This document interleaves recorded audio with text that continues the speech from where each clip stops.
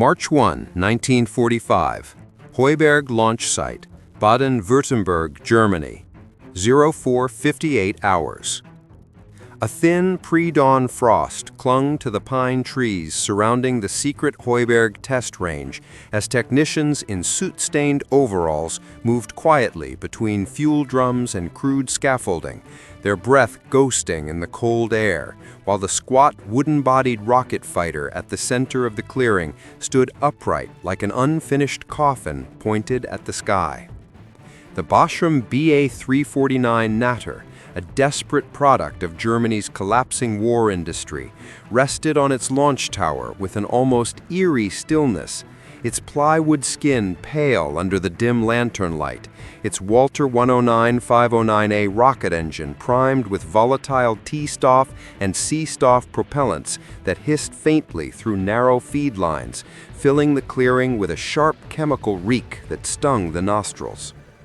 Oberleutnant Lothar Sieber, helmet tucked beneath his arm, stared up at the machine he'd been ordered to fly, if fly was even the right word for something designed to shoot straight upward like an artillery shell before leveling out on autopilot and ramming into Allied bombers. The Natter was disposable. Most of its structure was never meant to return, and Sieber knew that the plan, release the nose packed with unguided rockets, then bail out as the fuselage disintegrated, was more theory than promise. Behind him, engineers whispered in tense bursts, checking wiring looms, tightening bolts in the detachable nose section, and adjusting the crude plexiglass canopy that had been reinforced only yesterday after a ground test canopy had blown off under pressure. A cold wind swept the field, rattling loose panels on the scaffold and carrying the distant rumble of Allied artillery advancing from the west. Germany was losing the war, and everyone here knew it. Yet the Natter program was moving faster than caution allowed. Orders from SS leadership had been explicit: demonstrate vertical launch capability at once. Sieber stepped closer to the rocket, running a gloved hand along its rough wooden surface, feeling the vibrations of the fuel pumps begin to thrum inside. A mechanic approached, eyes downcast, offering him the final safety harness, though both men understood the bitter irony: if anything went wrong, no harness would matter. As Sieber climbed the narrow ladder to the cockpit, he paused at the top and looked east, where the horizon was just beginning to glow with thin, trembling light. From this height, he noticed something strange: a thin thread of smoke drifting behind the tree line, far beyond the perimeter. Not from their fuel lines, not from their generators, something else, moving, watching. Sieber frowned, but before he could speak, a voice crackled through the frost-heavy air. "Pilot to cockpit, begin final checks." He ducked inside, pulled the canopy down, and the clearing fell silent except for the rising whine of the rocket turbine. Yet as he strapped himself into the tight wooden seat, he couldn't shake the feeling pressing at the back of his skull, an intuition sharpened by months of disastrous late-war experiments that the Natter test site was not as isolated as command believed, and whatever produced that drifting smoke hadn't come from their own men. It had come from somewhere beyond the trees, where no friendly forces were supposed to be at all. March 1, 1945. Heuberg Launch Site, Baden-Württemberg, Germany. 05:17 hours. A pale metallic dawn crept over the treetops as the final minutes before launch dissolved into a blur of clipped orders, hurried inspections, and the rising whine of the Walter rocket system spooling toward ignition. The thin plywood frame of the Ba 349 Natter trembling under Oberleutnant Lothar Sieber as he sat strapped inside the cramped cockpit with condensation beading across the inside of the plexiglass canopy and every vibration crawling up through his spine like a warning. Outside, ground crew members scrambled down the frost-slick ladder, boots clanging against steel rungs as they retreated to the shelter trench, their expressions tight with the unspoken knowledge that this flight was not a test, but a gamble born of desperation. for Germany was collapsing and the SS demanded proof that a vertical launch rocket fighter could actually fly. Sieber ran a gloved hand over the crude instrument panel, altimeter trembling, fuel dial flickering, autopilot lights blinking with uneven rhythm, while the thin thread of smoke he'd seen earlier beyond the tree line had grown thicker, rising in slow pulses that did not match any generator or fuel line on site. Someone was out there, hidden in the shadows of the forest, close enough to observe the launch, yet unauthorized. And the thought gnawed at him even as he flipped the oxygen valve and felt cold air rush against his face. A sudden gust of wind swept across the clearing, carrying a faint metallic tapping, too rhythmic to be branches, too intentional to be nature. And before Sieber could process it, the launch officer raised the red flag and shouted, "Ignition!" A violent shock slammed through the Natter as the Walter rocket erupted in a blinding white plume, hurling the aircraft straight upward with brutal force. Sieber's breath crushed back into his lungs as the acceleration pinned him into the seat, the world below shrinking instantly into a blur of smoke and frost, while the canopy rattled violently beneath the strain. The altimeter needle jerked past 500 meters, then 1,000, then flicked erratically as the rocket howled upward, G-forces clawing at Sieber's vision until a black ring tightened around the edges of his sight. Then came the catastrophic crack, sharp, metallic, unmistakable, as the canopy bolts tore free and the plexiglass ripped upward into the rushing air, cold winds slamming into Sieber's face with a force that nearly snapped his neck as snowflakes stung his eyes, and the wooden fuselage shuddered under sudden aerodynamic chaos. Through the raw, freezing wind, he saw the ground far below, and there, at the edge of the clearing, half hidden among the trees, stood a lone figure in a dark uniform, still and unflinching, watching the rocket climb with something metallic in hand, a camera or signaling device glinting briefly before the Natter jerked violently sideways as the autopilot overcorrected, the altimeter spinning dead, the nose section splitting along its seam with a long wooden groan. Sieber fought to reach the emergency jettison lever, but the crushing G-forces pinned his arm, the rocket bucking beneath him as the wooden skin tore and the guidance unit seized. And as the Natter began breaking apart at nearly 1,500 meters, one chilling realization pierced through the roar of wind and failing machinery. The launch had never been secret, never been safe, because someone hidden in the trees had been watching long before he ever left the ground. March 1st, 1945. Crash site north of Heuberg, Baden-Württemberg, 05:42 hours. Snow drifted silently through the pine forest, settling over splintered wood and torn metal, as if trying to bury the evidence before anyone else arrived. The wreckage of the Bachem Ba 349 Natter lying broken across a shallow ravine where the rocket had torn itself apart mid-climb and carved a deep, violent furrow through the frozen earth. Frost-stiff branches snapped under the weight of scattered fuselage fragments. Chemical fumes seeped upward in pale ribbons, and the distant echo of the failed launch still seemed to vibrate faintly in the cold dawn air. 3 perimeter guards, hastily reassigned infantrymen too young to be fighting the front, but too desperate to refuse any assignment, crashed through the underbrush toward the site, their boots crunching over snow and debris, rifles raised out of fear rather than readiness. They had expected a test flight, a demonstration, maybe even a miracle to turn the tide of a collapsing Reich, but not this.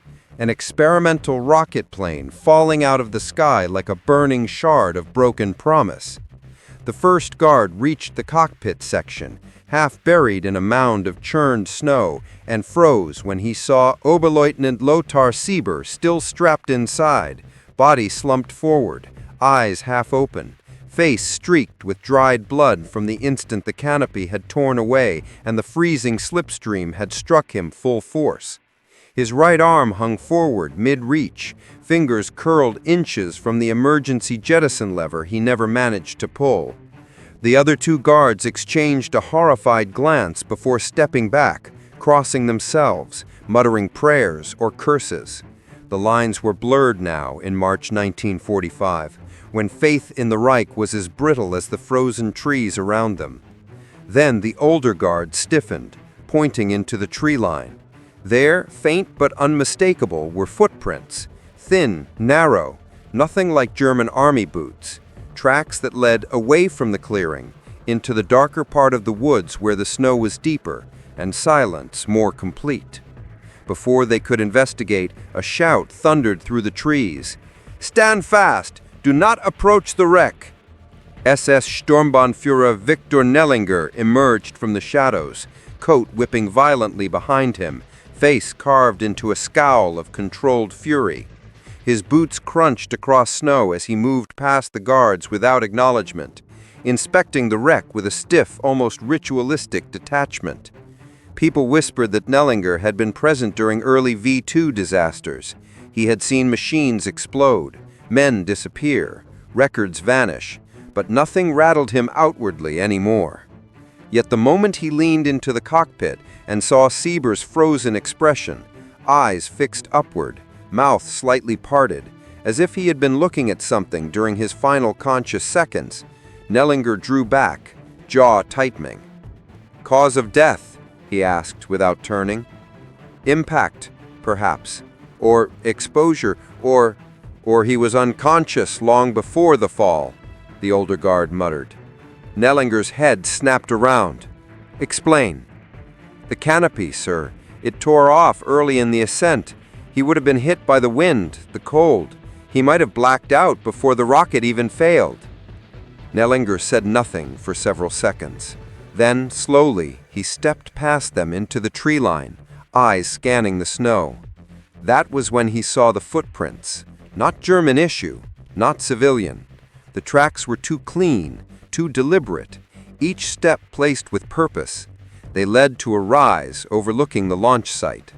Nellinger followed them, boots sinking into the softening snow, breath visible in short, irritated bursts. At the top of the ridge he found a small clearing, a vantage point with full view of the launch tower. The snow was disturbed in a broad, uneven patch, the pattern suggesting someone had knelt or crouched there for several minutes. Branches were bent, knife needles flattened, a position of observation, or recording, or signaling. Nellinger crouched and pressed his palm into the snow, warm beneath the surface, disturbed less than an hour ago. The older guard reached the ridge a moment later, panting, eyes wide. "Sir, I told you I saw something before ignition, a shadow, a figure, watching." The SS officer rose to his full height, staring into the endless wall of forest. "Not one of ours," he murmured. The guard swallowed. "An Allied scout?" "Too far inside Germany, and too calm."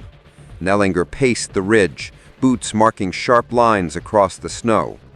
Whoever it was knew exactly where to stand, knew exactly when to arrive, and left before the guards mobilized.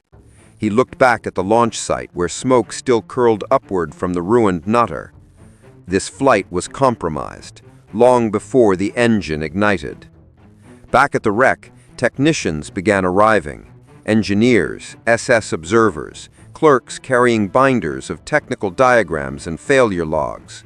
They moved with the frantic purpose of men trying to salvage meaning from disaster. The Natter program, born of desperation and accelerated by political pressure, could not afford a public failure. And yet this test, the first manned vertical launch, had ended in catastrophe visible from kilometers away. As soldiers gathered debris, Nellinger returned to the cockpit and briefly closed Sieber's eyes out of a flicker of respect, or perhaps guilt. "Prepare a statement," he told a nearby officer. "The pilot died a hero of the Reich. The test demonstrated successful vertical thrust. All structural failures to be classified immediately." "What about," he gestured vaguely toward the ridge, "the tracks?" "Erased," Nellinger ordered. "No one speaks of them." But secrecy didn't erase unease. Nellinger's gaze drifted again to the forest edge. Whoever had been there had risked proximity to a rocket launch, an act that suggested professionalism, not curiosity. This wasn't a villager, or a deserter, or an allied straggler. This was someone trained, someone sent, or worse, someone already embedded. As the sun climbed higher, melting thin crystals of ice along the wreck, Nellinger's mind churned with possibilities. Could the Allies have infiltrated German weapons programs this deeply? Were they observing rocket sites to accelerate their own development? Or had someone inside the Reich provided coordinates? Anyone connected to the Natter program had clearance: SS officers, rocket engineers, guidance technicians. But loyalty in 1945 was a fragile notion, easily fractured. Sabotage, espionage, disinformation, he had seen all of it in the V2 program. And now, standing over the shattered remains of the Natter, he began to suspect the same disease had infected this project.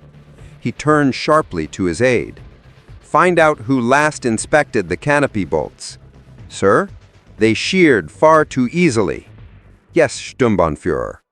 "And the autopilot logs. Someone needs to explain why the pitch corrections exceeded tolerances." "Understood." Nellinger took one final step back, surveying the devastation. Sieber had been brave, foolish, or both, but he was dead now. And the man who watched from the trees was still alive. And that man, whoever he was, had seen everything Germany hoped to hide. He exhaled, the cold breath shivering in the morning air. The Natter was built to be disposable, but now he understood something deeper, something dangerous. The enemy had not come to destroy one experimental aircraft. They had come to study the weakness of an entire weapons program. He turned sharply to his aide. "Find out who last inspected the canopy bolts." "Sir? They sheared far too easily." "Yes, Sturmbannführer." "And the autopilot logs. Someone needs to explain why the pitch corrections exceeded tolerances." "Understood." Nellinger took one final step back, surveying the devastation. Sieber had been brave, foolish, or both, but he was dead now. And the man who watched from the trees was still alive. And that man, whoever he was, had seen everything Germany hoped to hide. He exhaled, the cold breath shivering in the morning air. The Natter was built to be disposable, but now he understood something deeper, something dangerous. The enemy had not come to destroy one experimental aircraft. They had come to study the weakness of an entire weapons program. He turned sharply to his aide. "Find out who last inspected the canopy bolts." "Sir? They sheared far too easily." "Yes, Sturmbannführer." "And the autopilot logs. Someone needs to explain why the pitch corrections exceeded tolerances." "Understood." Nellinger took one final step back, surveying the devastation. Sieber had been brave, foolish, or both, but he was dead now. And the man who watched from the trees was still alive. And that man, whoever he was, had seen everything Germany hoped to hide. He exhaled, the cold breath shivering in the morning air. The Natter was built to be disposable, but now he understood something deeper. Something dangerous. The enemy had not come to destroy one experimental aircraft. They had come to study the weakness of an entire weapons program. He looked once more toward the forest, toward the unknown observer who had vanished without a trace, and he knew with a sinking certainty that this would not be the last time the trees around Heuberg hid a pair of watching eyes.